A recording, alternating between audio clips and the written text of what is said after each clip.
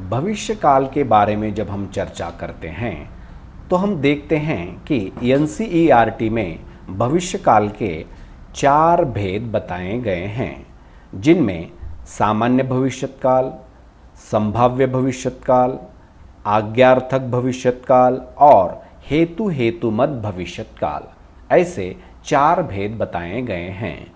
लेकिन महाराष्ट्र राज्य में हिंदी भाषा द्वितीय भाषा के रूप में पढ़ाई जाती है। वहाँ पाठ्यक्रम के तौर पर भविष्यकाल का मात्र एक ही भेद, एक ही प्रकार लिया गया है, वह है सामान्य भविष्यत काल। तो इस पर गौर करते हुए जब हम इन वाक्यों को पढ़ते हैं तो उनको हम समझकर सामान्य भविष्य काल के वाक्य कैसे होते हैं, यहाँ यह स्थिति कैसी होती है, इसके बारे में यहाँ हम चर्चा कर सकते हैं। जैसे यहाँ 2 उदाहरण दिए गए हैं, आदमी हेलमेट पहनेगा, दूसरा उदाहरण है चालक सीट बेल्ट लगाएगा। तो देखिए यहाँ दोनों क्रियाएं अब नहीं होने वाली, भविष्य में होने वाली है। तो ये तो तय है कि ये दोनों ही स्थितियां भविष्य में होने वाली है, एक बात। दूसरी बात, जब भी कोई भी सामान्य प्रकार हो, चाहे सामान्य भूतकाल हो, चाहे सामान्य वर्तमान काल हो, चाहे सामान्य भविष्य काल हो, उसमें समय का पता नहीं चलता। किस समय वह क्रिया होने वाली है ये पता नहीं चलता। जैसे यहाँ ये क्रिया भविष्य में होने वाली ये तो पता चलता है, लेकिन कब होगी, अभी होगी, कल, यानी भविष्य में अभी अभी होगी, बाद में होगी या बहुत दिनों बाद होगी, ये पता नहीं चलता। इस तरह से भी इसको हम समझ लेते हैं कि ये सामान्य भविष्यत काल का वाक्य है।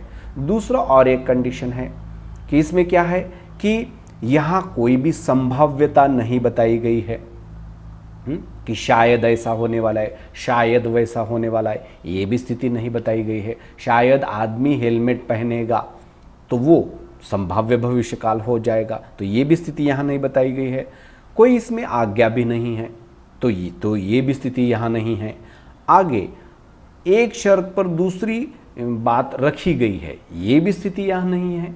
इसलिए यह सामान्य भविष्य काल का उदाहरण है और ये सामान्य भविष्य काल की स्थिति है, ऐसा हम कह सकते हैं। तो इस तरह से यहाँ काल पूरा हो जाता है।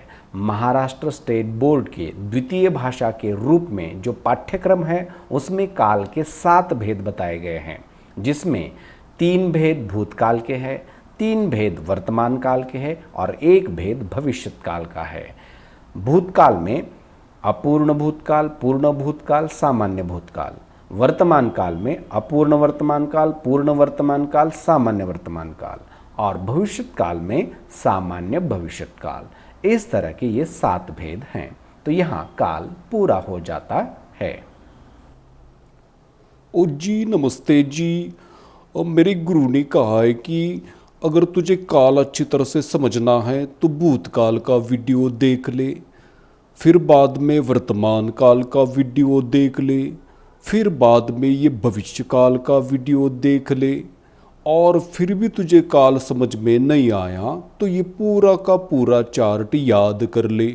बस इसी तरह के वाक्य फिर परीक्षा में आएंगे और उसको तू परिवर्तित भी कर सकता है, काल परिवर्तन भी कर सकता है और काल को पहचान भी सकता है। तो जी देखिए, मैंने भविष्य काल का वीडियो देखा, वो भी समझ में आया।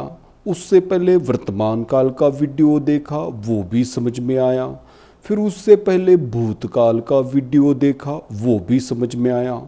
फिर भी मैं ये चार्ट भी लिखने वाला हूँ और उसको याद करने वाला हूँ जी, क्योंकि इस बार परीक्षा में मैं पूरे के पूरे अंक लेना चाहता हूँ जी, कोई भी चांस नहीं लेना चाहता।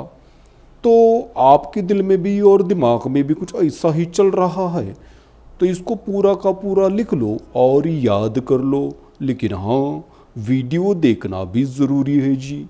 तो गुरुजी की बात तो झूठ होती नहीं जी, तो मैं उनकी बात का, उनकी आज्ञा का पालन करने वाला हूँ जी, बस और क्या।